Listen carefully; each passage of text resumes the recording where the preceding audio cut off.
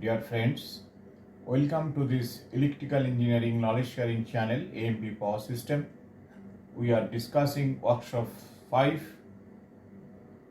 and today we are going to discuss a new session, that is a session 3. In this session 3 we will be going to discuss about distribution transformer sizing for the industrial plant operation. In session 2 we have discussed distribution transformer sizing for residential purpose, and today we are going to discuss distribution transformer sizing for industrial plant. Now this is typical, we will be discussing a typical plant, and depending on the actual scenario this to be modified as it is applicable. It is only, we will be considering this is a guideline, but further exercise to be made based on the actual requirement using our experience and skills. Now we are considering a plant which has about 15 MVA power requirement, and that industrial plant is receiving power at 22 kV from the DNO, from the distribution network operator. That 22 kV power which is coming to the plant, that to be further redistributed to the plant various distribution voltage to operate the plant satisfactorily. Now as the voltage is 33 kV incoming voltage, it may not be possible to use directly this voltage. So first the design is such that industrial plant receiving this power at 33 kV, then it is further stepping down the voltage to the required level or required voltage grade to meet the power supply requirement of the various equipment which is operating in the plant. Now in this case we are considering a typical arrangement. There are two, normally as the plant has about 15 MVA power requirement, obviously there will be not a single feeder, there were two feeder will be taken from the DNO. So if we consider there are two feeder, so this is one feeder, this is one feeder. This feeder they will be putting on transformer, this feeder they will putting a transformer. This is about 15 MVA transformer we are considering in this way. 15 MVA transformer, they are receiving power at 33 kV. So for our discussion we are considering this is a step down to 6.6 kV, because in the plant there are a lot of 6.6 kV motors are there. There is a low voltage 415 volt loads are there. There is also 3.3 kV motors also there. So these are the various type of loads. So they have in the plant there are three level of voltage. One is a 6.6 kV voltage, one is a 3.3 kV voltage. There is some specialized motor is there which is operating at 3.3 kV, and there is a low voltage 415 volt supply is also there. So based on that we will redistribute it. So suppose this is coming to a 33 kV switch gear, this is a 33 kV switch gear, it is coming over here, and from here there is a various distribution is taking place. Suppose this is going one transformer, then this is going to another distribution transformer, then here maybe some 6.6 kV direct motors are there, then here maybe another transformer, it is another transformer with a dedicated motor is connected. So this type of various feeders are there. Suppose this is going to a, suppose this transformer is a 6.6 kV by 415 volt. This is going to supply various 415 volt low voltage supply, and similarly this is also going to another area for low voltage supply. This is going to dedicated 3.3 kV motor supply. This 6.6 kV is going, this is a 6.6 kV, this 6.6 kV going direct to the motor. So this type of distribution transformer over here, but here one of the consideration we have, none of the motor rating is not more than 10% of the continuous load running on the plant or on the plant base load. None of the motor rating is more than 10% of the plant base load. That is our basic consideration.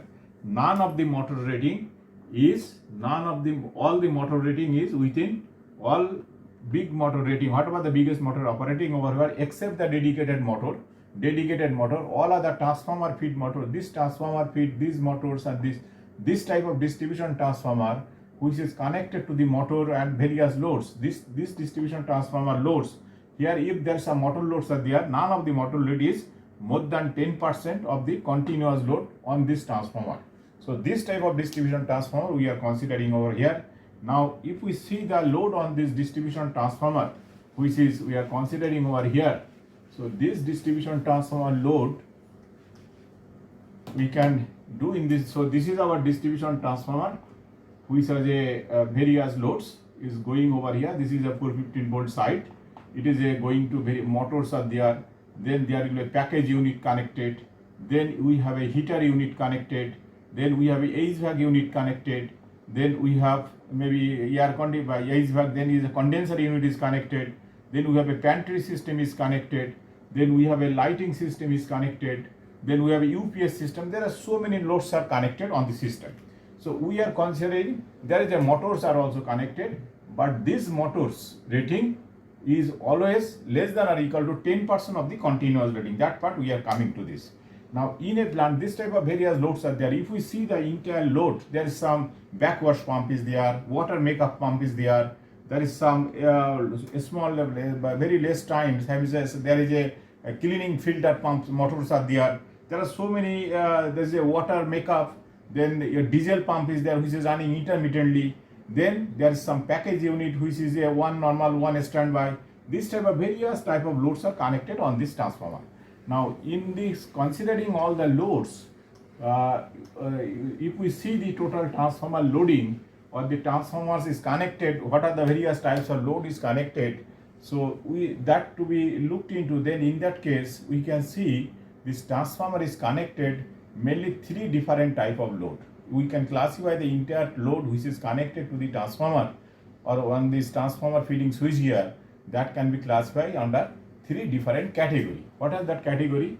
One is called continuous load or base load. Continuous load or base load. We call this load. How is this characteristic? This load is running 24/7, 24 hours. This load is running. So there is a different another category of load which is not running continuously, but it is coming intermittently. Intermittently, these loads is coming intermittent load. So this intermittent is another category of load, and third load is a standby load. This is another category of load, is a standby load. Why we are doing this thing? When we are going to transformer sizing, we have to, some of the things are in our mind, we have to optimize the transformer size, but at the same time we need to be conservative. Transformer should not be underrated, should not be more overloaded, because in that case efficiency will be less. So that is one of the things. So to optimize the transformer size in the most way, and neither conservative nor very low, in that case entire load what is connected to the transformer, that entire load will not be running at the same time. So best to identify exactly how much load will be coming, or how much maximum load at any time of the day can come on the transformer. To decide that part, we need to divide that load in three different categories. One is called continuous load, which is running 24 hours a day. Another is called intermittent load, which is not running continuously but intermittently it is coming. And third category is a standby load, which is not normally running, but it is running if any of the base load fails or need to stop, then this standby load come into picture. So I will come one by one. So continuous load means this load is always connected. So if the plant is required to run, this load will be there always 24/7, 30 days in a month, 365 days in a year. This load will be constantly living on the transformer. So transformer, this base load must be catered continuously without any problem. Second part is the intermittent load. Now with my experience and skill, I feel intermittent load simply we will not say as intermittent load.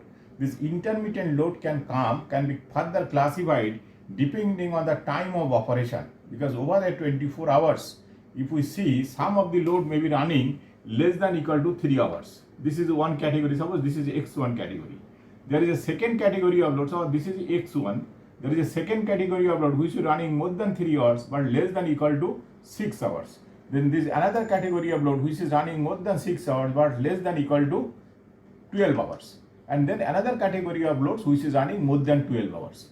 We can divide the intermittent load in this 4 categories, because then we will be more optimistic. So this category of load only running not more than 3 hours. It is not running not more than 6 hours. It is between 3 to 6 hours it is running. And this is running between 6 to 12 hours and it is more than 6 hours. Because based on that we have some factor to be considered, that is I am coming to afterwards. Now the standby load, what is that? Suppose there is a water pump, which is continuously feeding or cleaning water, or which is continually feeding, boosting water for putting some cleaning purpose or somewhere.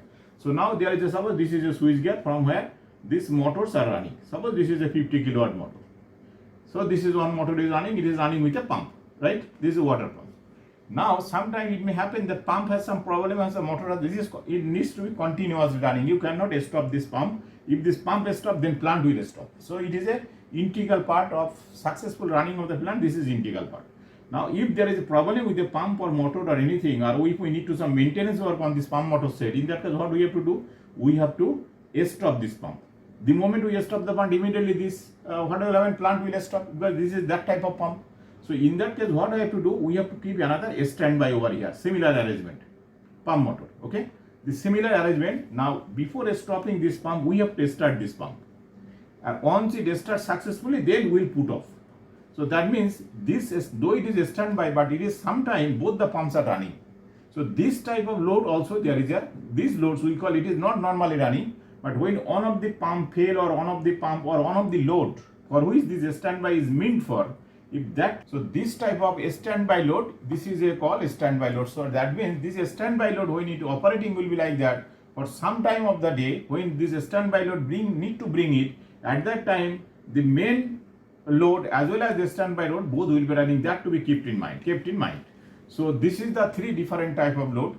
Now our transformer sizing, like a residential transformer sizing, here also we have to first what are the various steps. Number one steps is, first we have to see what are the various loads to be supplied by this transformer. So we have to schedule all the loads. Now out of the loads, what are the various loads? Out of the loads from the, we have to check the plant operation requirement. We have to identify out of the, suppose there are the 50 loads are connected. Out of this 50 load, which loads are required to be run continuously? Their load to be marked. That is a one group of load. That is a group one. Then second group of load we have to see which load is not running continuously, which is running coming intermittently over the day or over the week, something like that. So that load we have to identify, second category. And third category we have to see which continuous load needs a standby. That means which continuous load, if it fails or if some problem or during maintenance, which need immediately another identical load to be run, that type of load should have a standby. So we have to identify which loads are standby. That is also to be identified. Once these three group of load are identified, then we have to make a table, and in that table we have this three category of load. Now for each load, what we have to do? We have to, for continuous load, we have to find out for each feeder how much kilowatt, each load how much kilowatt, how much kVAr using power factor. In that way, continuous total, all the continuous load will tabulate, and then we'll find out total continuous kilowatt how much, total continuous kVAr how much. That will be one group. Second group, in the standby, in the intermittent load, as we have classified four category, we classify all the loads, we classify under this four category. Once this four category is made, then this intermittent load, as it is coming only those 3 hours of a day, one type of load is coming, or only 3 hours, in 24 hours, only 3 hours these loads are running. So this type of maybe 10 loads are there. So all the 10 loads will not come, will operate 3 hours, less than 3 hours, but all, suppose each load, one is working 2 hours, one is working 3 hours, one is working 1 hour, but all these hours is not coincident. It may be in different time over the day. That means all this intermittent load will not come simultaneously, it will come over the spread it over this time. That means this intermittent load, if we consider, it has some demand factor. All the connected load will not come simultaneously, it will come intermittently and not at the same time. That means this load, this intermittent load for the less than 3 hours, there is one group, they have a demand factor. All the connected load will not come at the same 3 hours, so there is a demand factor. Similarly, this 6 category, they have a demand factor. This 12 category, there is a demand factor. More than 12 hours, there is a demand factor. Now, once we demand factor, we find out the out of connected load, how much intermittent load come at one time at a particular time, how much maximum can come. Once we decide the individual maximum, then we can find out, using the diversity factor amongst them, we can find out at any particular instant probability of coming how much maximum intermittent load come on the system. In this way we will calculate the intermittent load is like residential houses. We will make this intermittent load part. We will find out the total maximum demand due to intermittent load on the system using the demand factor and diversity factor. About the standby, now as we said, there are maybe 10 standby loads are there. All the 10 standby load will not come together. So there is a demand factor. We'll use this, or utilization factor. We'll use this demand factor to find out the standby load. So as per my experience over the work, we have seen that continuous load, what does that do? We have to consider 100% of the continuous load when you are going to transformer sizing, right? Now for the intermittent load, normally we have seen that if it is less than 3 hours, generally if we consider 30% or the demand factor is 0.3 or utilization factor 0.3, that is more appropriate. Then if you consider less than equal to 3 hours but less than 6 hours, we can consider demand factor 0.4. Here for less to 12 hours, we can consider demand factor 0.5. And if it is a more than 12, we need consider this as a continuous load. So demand factor will be 1. We can consider in this way demand factor. From this demand factor, we can calculate individual maximum demand. Then once the individual maximum demand is there, then we can use a diversity factor amongst them about, suppose 80%. 80% means it is about 1.25 is the diversity factor amongst all the loads. From this we can get the intermittent load. And for a standby load, generally if we consider 25% is a demand factor or utilization factor, then this standby load would be catered for. Okay, so these will be these depend on each and every plant. We have to evaluate the load.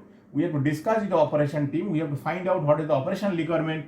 From that point, this factor to be considered. But as per my experience, this is a more or less you can put this figure in this way, and it more or less in all the cases the transformer will be conservative as well as it is optimistic in size. Now this way, once we decide all these 3 loads, then how we'll get the total load? Total load will be coming, the total kilowatt on the system will be coming continuous. Suppose this is your continuous load, suppose this is a kilowatt. So this is a PC, continuous power, plus P intermediate, plus it is all a kilowatt, then our P standby. So these 3 factor will calculate. This is all 100%. This is will come how much? Sum of this together into 0.3 into divided by 1.25 will get this figure. P standby will get from the standby load total into 0.25, 25%. In this way we will get kilowatt. Similarly we will get kVAR. In the same way we can get kVAR QC plus QY plus QS. We can get this QS. Then once we decide this KW and QC, then we can calculate the total kVA of the, how much total kVA will be root of, this is your total kilowatt, you can say P, and this is your Q, then P square plus Q square. This will be the total kVA requirement, and that will be catered by the system. Now in addition to this, as this equipment, this will be the transformer kVA finally. Now as the transformer is required to cater for any unseen for future growth or future unforeseen reason, and as well as the transformer, if there is a motor of maximum 10% rating, we have said, suppose there is a 200 kilowatt to 2000 MVA transformer, so maximum motor which can be connected on this is a 200 kilowatt. So 200 kilowatt motor, when it get to a starts on the system, it will draw induced current. To capture or to cater for this induced current also, we need to some SPR capacity. So for this type of application, generally 20% is this calculated kVA into 0.20% means 1.2 into calculated kVA will give you the with this figure whatever it's coming, that will be your transformer size. So we will consider the nearest size of the transformer is our selected transformer. So this way we will calculate, we do this transformer sizing for this type of industrial load. So let's give one typical example how it is. So now we can consider in this way. Suppose we can making a table. How? Suppose we can make 3 tables. One is a continuous load table. How we can say? We have a serial number. This is a load description. Load description. Then we have a kilowatt. Then we have a kVAR. We have a power factor. Okay. So this is an utilization factor. Is a demand factor is always 1. So here what we'll do in this table. Here we put load. Suppose this is a load number 1 x1. Load number 2 x2. There is a description. Load number 3 x3. So this is a n number loads are there. Now suppose this load has a kilowatt. Suppose this kilowatt is a it is a PC1. So this is a PC. It is continuous power. Continuous power. Load 1, load 2, PC3, PC4, yeah, and then PCN. This is a continuous power, and the kVAR power how much? Similarly, QC1, QC2, QC3, yeah, and QCN. And power factor, suppose this power factor is PF C1, PF C2, yeah, PF C3, like a PFCL. This is the power factor, okay, for each load. Now, how we get the KC? We can, once the kilowatt is known, then we divide it by power factor, we get kVA, and then from the power factor, we can find out the sin phi. The power factor is cos phi, so sin phi equal to 1 minus cos square phi under root. Once we know the sin phi, then kVA into sin phi will give you the power. So once we get this total kilowatt, we will sum up over here. The sum up of PCN, n equal to 1 to suppose n. So this will give the total power P. Similarly here Q, how will get? Q equal to summation of QCN, n equal to 1 to n. So from this we can get the P and Q continuous. This is a PC, it is a QC. This is one, from this table we can get the continuous power requirement. Now the next table we will do in the same way. Next table we will go for the intermittent load. For intermittent load, what we have to do? We have to make the table more exhaustive, because we have a 4 category of loads are there. So for I am showing only one category how we will make it. Now in the same way, intermittent load, what we will do? We will serial number, then we have a load description, yeah. Then here we will do the connected load, right? Connected load kilowatt, kVAR, yeah, and power factor. This is a connected load. Suppose this is a group 1. Group 1 is less than equal to 3 hours, right? Now similarly it is a group 2. We will do the group 2. Similarly here we do connected load how much? Kilowatt, kVAR,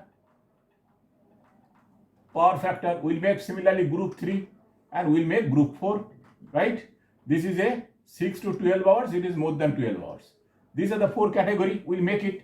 Now here we will put all the loads. Suppose load number 1, 2, now 100 loads are there. Suppose. Now here the load description we will put. Now for this load, suppose this is a first load. It is a connected load kilowatt P. It is intermittent. So I can put 1, 1, 1. Then it is a first category, first load. Then PI 1, 2, second load, PI 1, 3. In this way, there will be a PI 1N. First group n number loads. Similarly, corresponding Q is there, QI 1, 1, QI 1, 2, QI 1, 3. Like this, QI 1N. This is the first group, okay? So from this, if we want to know first group how much total connected load, we can sum up over here PI 1N, that equal to give you PI 1. Suppose first group total connected load. Similarly, QI 1 will get the reactive load. Similarly, second group we can calculate in the same way. This will give you how much it will be. Suppose PI 21, PI 22 like this, and it is a QI 21, QI 22. Like this way it will go. Q2, QI 2N, here QI 1N, right? QI 2, PI 2N. So if we sum all this together, we get P2I, and you will get Q2I or I2. You can say I2, QI2. So this way, third group, fourth group, we can calculate. Once we calculate all this PI1, PI2, then what we have to do? We have to use this demand factor. Now all this is a connected load.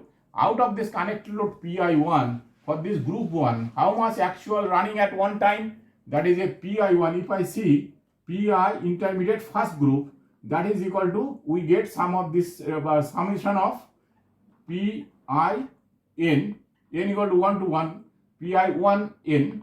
So this n equal to 1 to n, that into our, we have to use the demand factor. We have said 30% demand factor is okay. So 0.03, that means PI 1 into 0.3, that will give you total PI 1 for the maximum demand. This is maximum demand for first category. Similarly, QI1, first category maximum kVAR requirement how much? Into 0.3 is equal to QI1. This is one category. Second category, when you go PI2, that equal to how much? With summation of PI2N, that into we said how much? 40% for the second category is a 40%. Demand factor is 0.4. So 0 into 4. Then similarly, third category PI3, that equal to summation of PI3N into 0.5. We can calculate this way. And fourth category here, what we will go, how we will get PI4, that equal to whatever the figure is there, that figure will be PI4 because it is 100%. Okay. So this way we can calculate individual P and Q for this intermittent load. Once we get this total, then we will sum all this together. Then using the diversity factor, we said the diversity factor equal to how much? Diversity factor equal to sum of all the maximum demand. Okay. PI, it is a M equal to 1 to maybe 10 groups are there, divided by maximum demand at one time. That is a PI max, intermediate maximum. Okay. So in diversity factor we have said 1.25, and this figure we have seen already by summing all these things. Then from this we can get the maximum kilowatt demand. Similarly, same way we can calculate the maximum kVAR demand. Once maximum kilowatt demand, kVAR demand is there, this is a second load, we have got it. Now the third load standby is very simple. Similarly, we will make on the table, then all the standby kilowatt, kVAR and power factor we will be putting. Kilowatt will be putting over here, kVAR will be here, and then we will be adding this all kilowatt. Then we have said here is our utilization factor, demand factor 25%. So if this is coming X, then X into 0.25 will be the actual maximum demand coming from a standby load. Once we get this 3, then we will be adding the total power equal to PC plus P intermittent plus P standby. Similarly, Q equals to QC plus QI, Q intermediate plus QS standby. This P and Q we get, then we get the kVA. So this way we can calculate this total transformer sizing. Now let us calculate one numerical example from where we can find out what will be the total transformer capacity. Okay. Now let's consider one simple table. We can calculate it. Let's follow the below table. The table I am showing below. On this table we will discuss. So please let us refer this table for this typical calculation. Here we have considered a plant. There is a plant distribution transformer which is carrying power to the various continuous load, intermittent load as well as a standby load. And there is a various, the loads are like there is a package unit, there is a lighting system, there is a kitchen load, there is a water system, there is a oil system, there is a diesel pump, then there is a food processing part, then there will be a emergency power supply system. All these loads, everything is connected. There are some motors are also connected, but none of the motor rating is not more than 10% of the continuous load. So maximum motor rating available is 120 kilowatt. Okay, maximum loading 100 kilowatt motor is connected. So you can consider in that way this plant. So for this type of plant, we have to consider what is the maximum load available. Okay. Now to consider this part, we have divided, as we discussed before, we have divided the total load in 3 parts: continuous load, intermittent load, and standby load. We have a total 1200 kilowatt continuous load running at a power factor of 0.85. This is a power factor of this continuous load. So the corresponding kVAR is a 744. So this is a constant, it is running, we cannot change it. This is your PC, this is your QC, running at 0.85 power factor. Now there is the intermittent load. Now we have said intermittent load under 4 categories. One category is less than 3 hours, second category 3 to 6 hours, third category 6 to 12 hours, another category more than 12 hours. Less than 3 hours category load, we have 100 kilowatt, corresponding power factor is 0.85, we have calculated kVAR 62.4. Second category 3 to 6 hours, we have a continuous load we have a kilowatt is 150 kilowatt, power factor is 0.9, and this load, and within this power factor 0.9, kVAR is coming 31.7. Now here we have a kilowatt is 80 kilowatt, power factor is 0.8, kVAR is 38, and at the power factor 0.8, and this fourth category load we have a 50 kilowatt, and that kVAR is a 31.5 running at 0.85 power factor. And the standby load, we have a 400 kilowatt standby load running at 0.85 power factor, and that is a 250 kVAR corresponding kVAR value. Now here we have to find out another, we have to mention another thing, we forget to tell that in this category, when we calculate using the demand factor of all this, we will get some maximum demand. Upon consideration the demand factor, if this maximum demand come at any time, is less than the highest size single load connected, then instead of that maximum demand based on demand factor, we have to consider the highest load. Suppose here we have a 100 kilowatt is a less than 3 hours load. Okay. Now here when we consider 100 kilowatt, now 100 kilowatt if we apply here, we have considered demand factor how much for this less than 3 hours, demand factor is a 0.3. So if we consider 3, so 30 kilowatt. Now if we have a load which is considered 40 kilowatt maximum highest side load, then we have to consider this 40 kilowatt, not this 30 kilowatt. Okay, that is a one simple formula. So here we have calculated all this. Suppose this is a standby load is 400 kilowatt.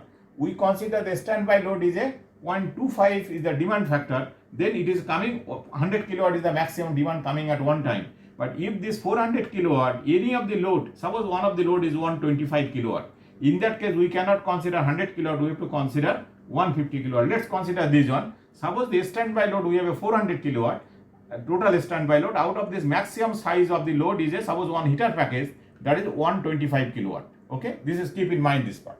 So now we have classified the three category of load. Continuous load we have find out. Now this intermittent load we have got it. Now 100 kilowatt 62.4 kVAr is the intermittent less than 3 hours. When I consider the demand factor 0.3, so we are getting 30 kilowatt 18.2. Similarly 3 to 6 hours we have 150 kilowatt. Here demand factor how much? 0.4. We have considered 0.4. If we consider 0.4, then it is coming 60. It is coming kVAr is coming 12.67. Now for that x equal to 6 to 12 hours, we have said this is 0.5. So 0.5 means 80 kilowatt coming 40 kilowatt, 38 means 19 kilowatt. This is a kVAr total connected. These are the total connected. Now here more than 12 hour total connected how much? 50 kilowatt is connected. kVAr is 13.8. Now as it is a more than 12 hours, we have said it will be 100%. So it is a 50 and 13.8. So this is this figure is coming. This is your coming after calculation of demand factor. Okay. So this is every subsystem maximum demand. Now when all this subsystem we consider together, then we have to use a diversity factor. We have said we have diversity factor is a 1.25. So if we calculate all this maximum demand of each subsystem, this fourth demand is coming. It is coming 180 kilowatt. And we have a diversity factor 1.25. So 180 divided by 1.25 will give you the intermediate maximum power requirement. Intermediate maximum power requirement. This is coming how much? If we calculate this 180 divided by 1.25, 180 divided 1.25, this is coming equal to 144 kilowatt.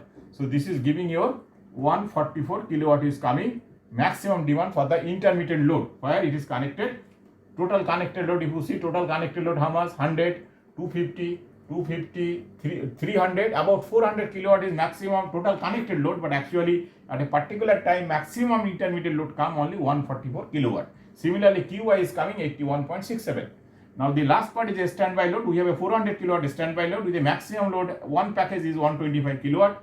Now if we put this demand factor 0.25, that means this is coming 100 kilowatt is maximum. But here we have a problem. We have a total highest load is 125 kilowatt. So we cannot consider 100 kilowatt. We have to consider 125 kilowatt for the standby. Okay. And similarly, when 400 kilowatt running at 0.25 power factor, then its kVAr will be 250 kVAr. Is coming 0.25. It is coming 62.5. But as this is the highest load 125 kilowatt, so we have to consider corresponding kVAr. 125 divided 0.85 is a into 0.95, 0.53. So it is coming 125, 250 kVA, 125 kilowatt, 125 divided 0.85. This is a kVA. This into 0.53. So this is coming 78. So corresponding kVAr, the maximum kVAr is coming 78. If we consider 125 kilowatt is the maximum load, corresponding kVAr is coming 78. So we have to consider 78 is a standby, PS standby, QS standby 78 kVAr, not 62.25 kVAr. So these are the three figures. Now we get from this example, now we will calculate how much total load we have. So here I can delete this table. This table I am deleting, and by deleting this table we are putting this total how much is coming. Now here we can get PS, continuous PS how much? PS equal to 1200 kilowatt, P intermediate coming how much? 144 kilowatt, and P standby is coming 125 kilowatt, right? and QS is coming, Q continuous is coming how much? P here, P continuous. Q continuous is coming 744 kVAR. Then we have a QI intermediate is coming how much? QI is coming 81.67 kVAR, and Q standby is coming how much? This is your coming 78 kVAR. Okay, 78 kVAR. So these are the total load coming on the system. So this, if we sum up this together, this is coming 9641469 kilowatt, right? And kVAR is coming how much? 744 plus 81.67. If we sum up together, 744 plus 81.67 plus 78. This is coming 903 kVAR total. So this is the total load is coming. So now if we calculate the transformer size, then how much total kVA is coming? Total kVA is coming, total kVA equals to a square root of, this is a 1 point, we can write down 1, this equal to approximately 1.47, okay, 1.47 MVA plus, it is a 0.9, you can write down 0.9, 0.9 square, this is kilowatt square kVA square. So if you calculate this, it is coming 1.47 square, 1.47 square plus 0.9 means 0.81, right? 0.81, if you make a square root, it is coming 1.509 MVA. So this is the total load coming on the system. So it is a 1509 kVA.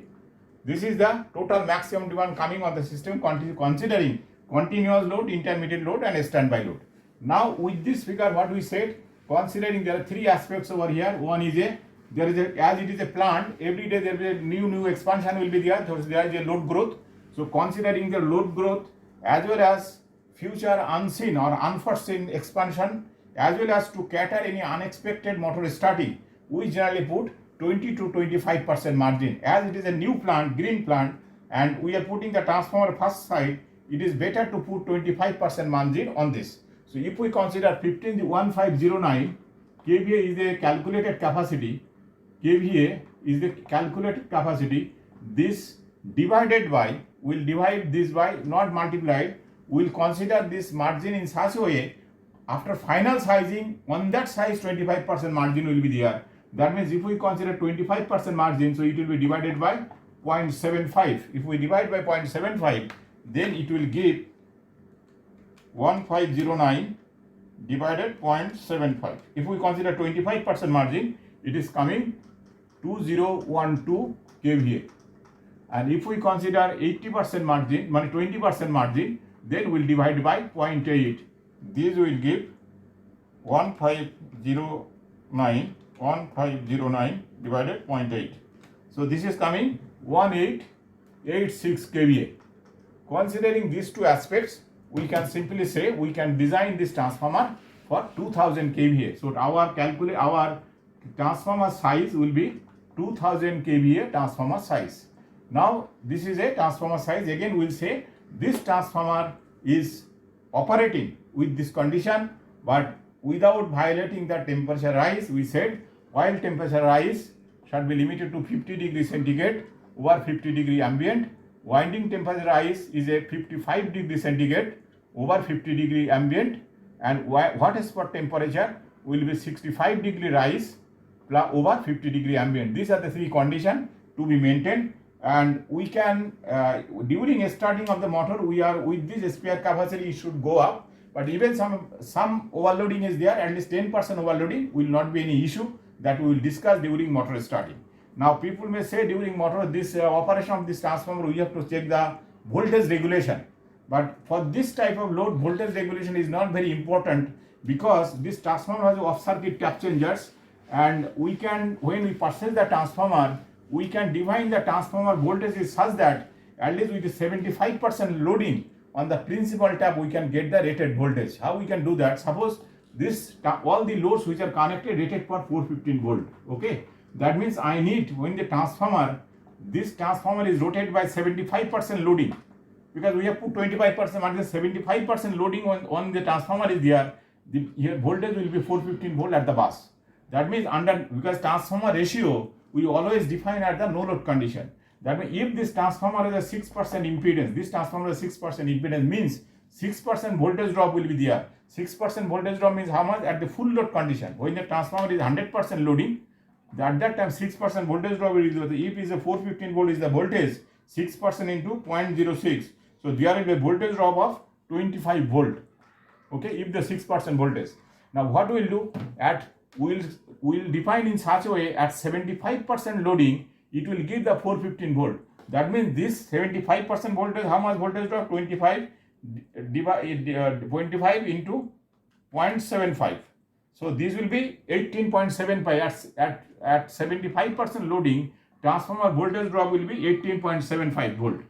So what we will do with this 415 volt, with this we'll add this 18 volt. Okay, 18 volt if we add, that will give 433 volt. So what we will do during specifying of this transformer, we will say this transformer is a 2000 MVA, 2000 kVA transformer. Voltage ratio will be 6.6 kV by 433 volt. So this will give on the principal tap. There is a 5 taps on the transformer. Okay, this is a principal tap. This is a minus 2.5. This is minus 5. This is plus 2.5.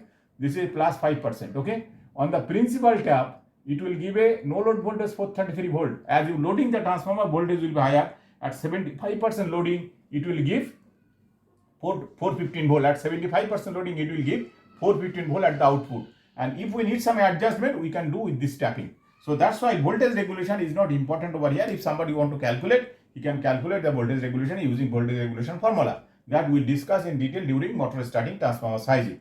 So this is all about transformer sizing for plant distribution system. So with this, we are closing today's this session, and next session session 4 we'll be discussing about the plant transformer sizing for dedicated transformer sizing motor starting. So thank you very much all of you. Please keep it up and share these videos with your friends, colleagues, and whom you feel best for sharing this exercise. Thank you very much indeed. Thank you.